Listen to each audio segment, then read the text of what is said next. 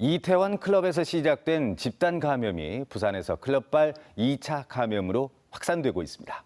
이태원 클럽을 다녀온 20대 확진 환자가 60대 아버지와 1살 조카, 또 친구에게 바이러스를 전파해 양성 판정을 받았습니다. 자세한 내용을 황지실 기자가 보도합니다. 부산에서 발생한 2명의 추가 확진 환자는 이태원 클럽을 방문했다 확진 판정을 받은 20대 남성의 아버지와 1살 조카입니다. 지난 연휴 기간 부모 집에서 함께 머물다 가족에게 전파된 것으로 보입니다. 조카인 1살 아기는 엄마와 함께 입원했습니다. 5월 4일, 5월 5일, 5월 6일 다 본인의 본가에서 같이 생활했던 것으로 저희들이 파악하고 있고 이 기간 동안에 접촉이 일어난 것으로. 이 남성의 친구도 양성 판정을 받았습니다. 지난 5일 함께 커피를 마셨는데 이 과정에서 감염된 것으로 보입니다. 이태원 클럽의 20대 확진 환자를 통해 가족과 친구 3명이 2차 감염된 겁니다. 이 환자의 직장은 건물 대부분이 폐쇄됐지만 다행히 직장 내 감염은 없는 것으로 보입니다. 139번 환자의 직장 동료는 모두 11명이 접촉자로 분류되어서 자가격리 시행 중에 있습니다. 그리고 11명에 대해서 검사가 모두 완료되었고 현재는 모두 음성입니다. 하지만 무증상 상태에서 사람들이 붐비는 해운대 수족관과 식당 등을 들른 것으로 확인돼 2차 감염이 광범위하게 이뤄졌을 가능성도 남아 있습니다. 이태원 일대 클럽과 주점을 방문한 부산 거주자는 236명으로 파악됐지만 이동통신 3사의 무선 기지국 분석 결과가 나오면 더 늘어날 가능성이 큽니다. 연락 가능한 전화번호가 있어야 됩니다. 연락처를 확인하고 난 이후에는 다른 것들을 묻지 않고 저희가 검사를 시행하도록 하고 있습니다. 한편 부산을 다녀간 인천 107번 확진 환자가 부산 광안리와 서면 일대 식당과 숙박시설 6곳을 들른 것으로 확인돼 부산시가 긴급 방역을 실시했습니다. MBC 뉴스 황지실입니다. 최근 자가격리 장소를 이탈해 절도 행각을 벌인 40대가 경찰에 붙잡혔는데요. 체포될 때까지 담당 구청은 이탈 사실조차 까맣게 몰랐습니다. 자가격리 애플리케이션이 깔린 휴대전화를 집에 두고 나갔기 때문인데요. 관리에 허점을 드러냈습니다. 류재민 기자가 취재했습니다. 지난 6일 자가격리지를 벗어나 신용카드를 훔쳐 경찰에 붙잡히고도 또다시 집을 나선 40살 A씨. 관할구청은 A씨가 현행범으로 체포될 때까지 이 사실을 까맣게 몰랐습니다. A씨가 자가격리 앱이 설치된 휴대전화를 집에 두고 다른 휴대전화를 들고 나왔기 때문입니다. 자가격리 앱은 격리지를 등록해 위치 정보 신호를 감지해 작동하게 돼 있는데 일정 거리 떨어지거나 2시간 동안 동작이 감지되지 않을 때 전담 공무원에게 알림이 울립니다. 하지만 동작 감지 기능은 오전 8시부터 밤 9시까지만 작동하고 야간엔 작동하지 않습니다. A씨의 경우처럼 휴대전화를 두고 충분히 야간에 이탈이 가능한 겁니다. 시침상 그렇게 돼 있어요. 자는 시간이잖아요. 그 시간대에는 우리가 체크를 안 한다고요. 공통적으로 전부 다. 그러니까 저희들이 그 시간 밤에는 한밤중에는 알 수가 없는 거고요. 게다가 다른 사람이 앱으로 건강 자가 진단을 해주면 보건당국이 격리지 이탈을 알 수 없는 데다 위치 정보 신호가 실내에선 제대로 잡히지 않는 경우도 있어 정확성도 떨어집니다. 한번 자가격리지를 무단으로 이탈한 사람에게 채우는 안심밴드도 지난달 27일 이전 격리자는 착용하지 않아도 되고 특정 운영체제 휴대전화에선 연동이 되지 않아 다른 기종의 휴대전화를 빌려줘야 하는 등 번거로움이 많았습니다. 아이폰 같은 경우도 승인 절차가 2주 정도 소요가 되거든요. 승인 받는데 조금 시간이 걸렸는데 거기에 새로 바뀐 버전이 이제 등록이 돼가지고 그 새로운 버전 이제 다운 받아가지고 안심밴드를 이제 착용하고 관리할 수 있도록 이제 변경이 된 겁니다. 부산의 자가격리자 2,300여 명 가운데 격리지를 무단 이탈한 사람은 모두 25명. 부산시는 불시 검문을 늘리는 등 보안책을 마련하겠다고 했지만 모두의 안전을 위해 격리자 스스로가 격리 수칙을 지키려는 노력이 필요해 보입니다. MBC 뉴스 류재민입니다. 서울 이태원 일원을 방문해 자가격리 중인 부산시 교육청 소속 원어민 영어 보조교사 20명에 대한 코로나19 검사 결과 전원 음성 판정이 나왔습니다. 부산교육청은 또 교직원과 학생 등을 대상으로 이 기간 이태원 방문 여부를 확대 조사한 결과 클럽을 방문하지는 않았지만 해당 지역에 들린 교직원 14명을 확인하고 자율 격리 조치했다고 밝혔습니다. 네, 이번엔 오늘 아침 신문 살펴보겠습니다. 먼저 국제신문부터 보시겠습니다. 유치원과 초등학교 등교 개학이 2달 넘게 미뤄지면서 긴급 돌봄 수요가 급증하고 있다는 소식 일면에 올라와 있습니다. 교육청에 따르면 긴급 돌봄을 이용한 초등학생과 유치원 원화 숫자는 온라인 개학 전보다 3배가량 급증했다는데요. 초등학교와 유치원의 등교 개학이 오는 27일로 연기돼 긴급 돌봄 수요가 늘어나면서 대기하는 경우도 생겨 교육 당국의 어려움도 커지고 있다고 신문은 전하고 있습니다. 네, 다음 기사 보시겠습니다. 부산의 외부 순환도로 중 유일한 미완성 구간인 김해 초정 안막 접속도로 건설 사업이 17년 만에 재개된다는 소식입니다. 김해시는 지난 2월 이 도로의 설계 용역에 착수했다고 밝혔는데요. 기대감과는 달리 3,600억 원으로 늘어난 재정 지원 문제가 여전히 걸림돌로 작용하면서 부산시의회와 경상남도 의회도 대책 마련을 촉구하고 나섰다고 신문은 전하고 있습니다. 네, 다음은 부산일보입니다. 오는 8월부터 아파트 분양권 전매가 금지되면서 부산의 부동산 시장이 또다시 장기 침체에 빠질 위기에 처했다는 소식입니다. 부동산 전문가들은 코로나19 사태로 조정에 들어간 부산 부동산 시장이 이번 조치로 장기 침체 국면에 접어들 수도 있다고 진단했는데요. 기존 분양권이나 유망 재건축 아파트로 시중 유동자금이 쏠리고 일부 인기 아파트 분양권으로 반사 이익을 노린 매도자들이 매물을 걷어들이는 현상도 이미 나타나고 있다고 신문은 전하고 있습니다. 네, 마지막 기사입니다. 강서구 명지국제신도시 1, 2단계 사업지역 중간에 들어설 예정이던 대중교통 환승센터의 위치가 1단계 사업지역 안으로 바뀐다는 소식입니다. 부산시는 이에 대한 실시 설계 용역을 마치고 올해 말까지 변경된 위치의 공사를 완료하겠다는 계획이라고 하는데요. 2단계 사업 착공 시기가 연기되고 강서선, 하단선 건설 시기도 불투명해 장래 수요와 접근성을 고려해 변경이 불가피하다는 부산시의 입장도 함께 전하고 있습니다. 지금까지 아침 신문 살펴봤습니다. 계절이 점차 초여름을 향해 가는 듯합니다. 그래도 부산은 다른 지역에 비해서 낮 동안에 선선한 기온이 감돌겠습니다. 오늘 서울은 한낮에 26도, 대구는 28도까지 오르겠지만 부산은 22도로 어제와 비슷하겠습니다. 단 구름 사이로 강한 볕이 내리쬐니까요. 자외선 차단에 신경 써주시기 바랍니다.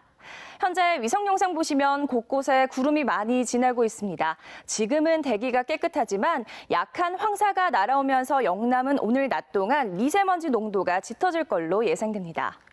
밤부터는 하늘이 차차 흐려지겠습니다. 오늘 밤 제주도부터 비가 오기 시작해 내일은 전국에서 비가 오겠습니다. 이번에도 특히 남해안을 중심으로 강한 바람과 함께 많은 비가 내릴 것으로 예상됩니다. 미리 대비를 잘해 주셔야겠습니다. 이어서 자세한 지역별 기온 살펴보겠습니다. 오늘 아침 부산은 16도로 어제보다 4도가량 높게 출발하고 있습니다. 경남은 한낮에 25도 안팎까지 올라 초여름 더위를 보이겠는데요. 부산은 22도, 양산 26도, 창원과 거제는 24도로 어제와 비슷하거나 2, 3도가량 높겠습니다. 바다의 물결은 먼 바다를 중심으로 최고 1.5m까지 비교적 낮게 일겠습니다. 내일부터 모레 새벽까지 비가 오겠습니다. 꽤 많은 양의 비가 내리며 낮더위가 잠시 주춤하겠고요. 다음 주 초반에 또 비가 내릴 전망입니다. 날씨였습니다. 지난달 부산의 취업자 수가 1년 전보다 6만 명 줄었습니다. 지난 2003년 이후 17년 만에 최대 수치인데요. 일시휴직 상태인 취업자 수도 2달 연속 10만 명을 넘어섰습니다. 코로나19로 인한 고용 위기가 현실화되고 있는 걸로 보입니다. 정은주 기자입니다. 실업급여 신청이 진행되는 부산 고용센터입니다. 코로나19로 일자리를 잃은 사람들의 발길이 여전히 이어지고 있습니다. 식당 주방에 일하다가 이제 코로나 때문에 경기가 안 좋다고 이제 거기서 이제 쉬라 이래서 쉬어갖고 이제 시급 탐구가 돼서 이제 오늘 왔습니다. 지난달 부산의 취업자 수는 160만 1000명으로 1년 전보다 6만 명 줄었습니다. 이 같은 수치는 4월 기준 취업자 수 7만 3천여 명이 줄었던 지난 2003년 이후 17년 만에 최대치입니다. 4월 부산의 고용률은 54.3%로 지난 1월 이후 넉 달 동안 감소세입니다. 4월 실업자는 1년 전보다 3천 명 증가한 8만 4천여 명으로 실업률도 올 들어 계속 높아져 지난해 3월 이후 13개월 만에 5%대를 기록했습니다. 분야별로는 제조업 부문 3만 6천여 명, 서비스업 부문 1만 8천여 명, 건설업도 1만 1,000명, 취업자 수가 줄었습니다. 연령대별로는 20, 30대 젊은 층의 일자리 감소가 두드러졌습니다. 일시 휴직 상태의 취업자도 지난 3월 11만 5천 명, 4월에는 11만 명으로 2달 연속 10만 명 이상으로 집계됐습니다. 일시 휴직 취업자가 10만 명을 넘어선 것 역시 통계 작성 이후 지난 3월이 처음이었습니다. 기업의 신규 채용이 축소되거나 연기되고 구직 활동을 중단하면서 20, 30대 취업자가 크게 감소했기 때문으로 분석되고 있습니다. 우려됐던 대로 코로나19로 인한 고용 위기가 고용 시장에서 현실화되고 있는 걸로 보입니다. MBC 뉴스 정은주입니다. 밀수입한 담배를 환적 화물로 속여 수억 원을 챙기려던 일당이 적발됐습니다. 그 규모가 무려 64만 갑에 이르는데요. 부산 세관 단일 사건 중 역대 최대 규모입니다. 수출된 담배를 싸게 사들인 뒤 국내에 들어와 옮기는 과정에서 세관 당국 레이더에 걸렸습니다. 현지호 기자입니다. 굳게 닫힌 철문을 절단기로 끊어내자 가지런히 쌓인 박스 더미가 드러납니다. 그 안에 든 건 수출용 국산 담배. 37살 A씨 일당은 동남아로 수출된 담배를 밀수입해 국내에서 되팔려다 세관에 적발됐습니다. 부산 북항에서 신항으로 운송 과정에서 비밀 창고에서 물건을 내리고 다른 물건으로 실어가지고 이렇게 바꿔치기 하는 방법으로. A씨 일당은 국내에서 최대 6,500원에 팔리는 담배를 베트남과 태국 등에서 한 갑당 1,000원 정도에 사들였습니다. 세금이 거의 없는 수출용 담배로 시세 차익을 노린 겁니다. 일당은 이렇게 사들인 담배 64만 갑을 먼저 캄보디아로 모았습니다.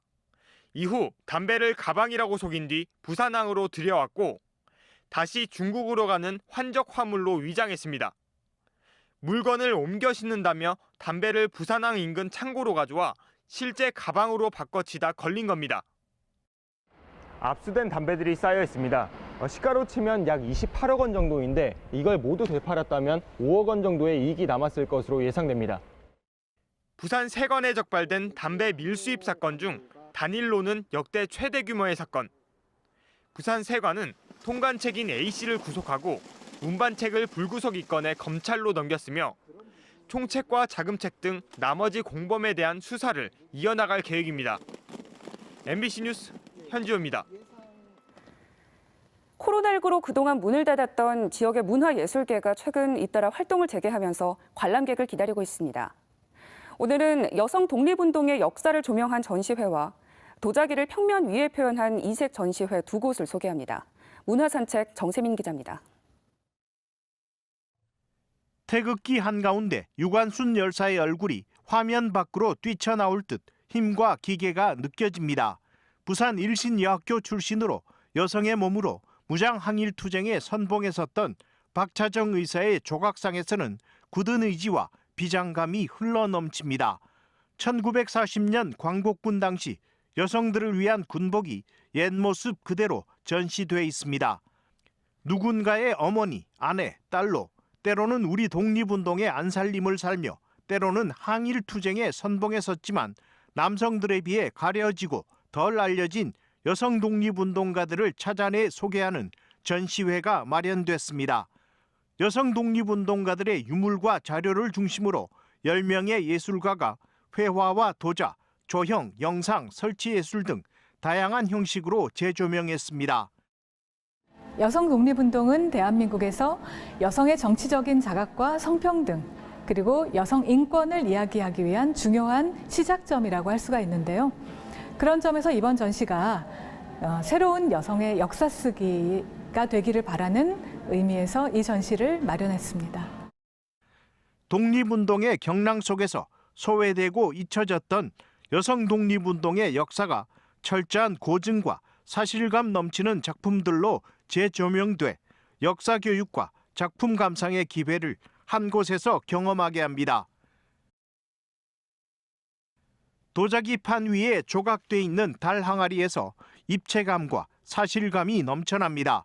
이조백자의 날렵한 선과 바닥에 드러난 세월의 흔적까지 촘촘하고 치밀하게 계산된 작가의 작업을 통해 생명력이 솟아납니다.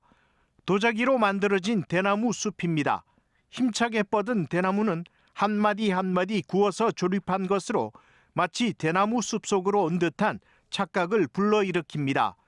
흙을 재료로 도자 회화라는 독창적인 영역을 개척한 이승희 작가의 전시회입니다.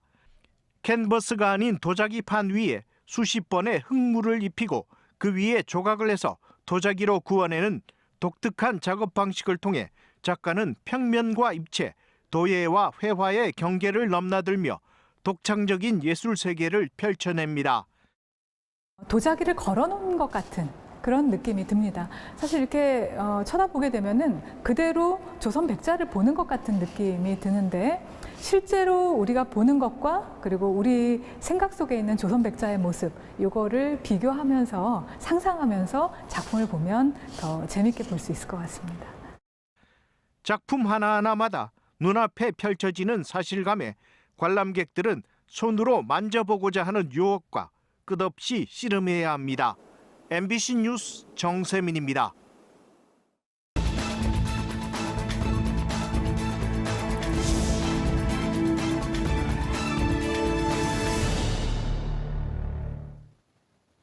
신입사원 채용과 직원 승진 비리 혐의로 기소된 이주학 전 부산공동어시장 사장이 항소심에서 감형을 받았습니다.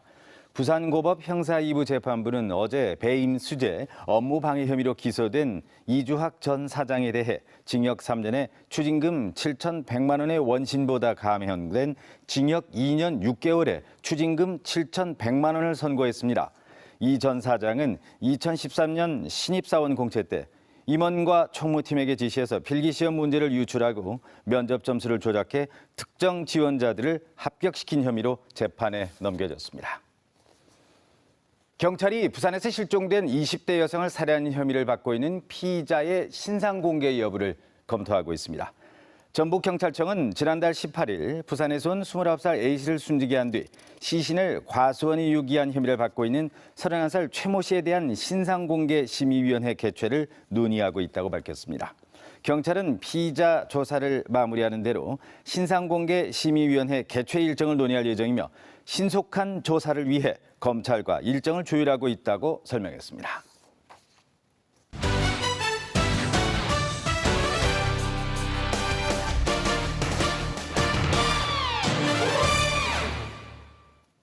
네, 프로야구 소식입니다. 롯데자이언츠가 끝내기 홈런으로 두산을 꺾으며 시즌 초반 상승 분위기를 이어갔습니다.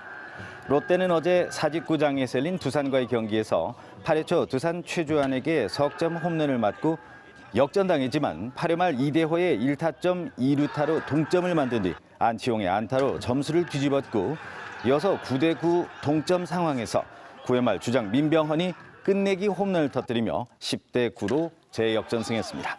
롯데는 이번 승리로 시즌 첫 패배를 안겨준 두산에게 서력하는 한편 리그 선두를 유지했습니다. 롯데는 오늘 두산과의 3연전 마지막 경기에 선발 박세웅 투수를 내세워 연승 도전에 나섭니다. 프로축구 K리그1 부산 아이파크가 홈 개막전에서 팬들의 온라인 응원을 경기장에 내보내기로 했습니다. 부산 아이파크는 오는 16일 저녁 7시 구덕운동장에서 열릴 전북 현대와의 홈 개막전에서 구단 공식 SNS를 통해 받은 팬들의 응원 문구를 경기 중간 광고 보드에 띄울 예정입니다. 이번 경기는 5년 만에 K리그1에 복귀한 부산의 첫 홈 경기지만 코로나19 여파로 당분간 무관중 경기로 진행되면서 팬들은 경기장에 입장할 수 없습니다. 부산시와 바이오 기업인 아미코젠이 금곡도시 첨단산업단지에 글로벌 연구본부 설립을 위한 투자 양해각서를 체결했습니다. 협약에 따르면 아미코젠이 1,100억 원 이상을 투자해 2025년까지 글로벌 연구본부를 건립하고 석박사급 연구 인력 등 116명의 신규 일자리도 창출하기로 했습니다. 아미코제는 2000년 바이오 벤처 기업으로 시작해 의약용 특수 효소를 사업화하는 데 성공하면서 코스닥에 상장됐습니다. 예산 고갈로 위기를 맞은 지역화폐 동백전과 관련한 정책 토론회가 열렸습니다. 부산시 의회와 부산경실련이 공동으로 마련한 토론회에서 참석자들은 이용자 캐시백 혜택에만 의존한 동백전 운영의 개선이 절실하다고 밝혔습니다. 또 지역 소상공인에게 직접적인 지원 효과로 이어질 수 있도록 다양한 정책도 함께 개발돼야 한다고 덧붙였습니다.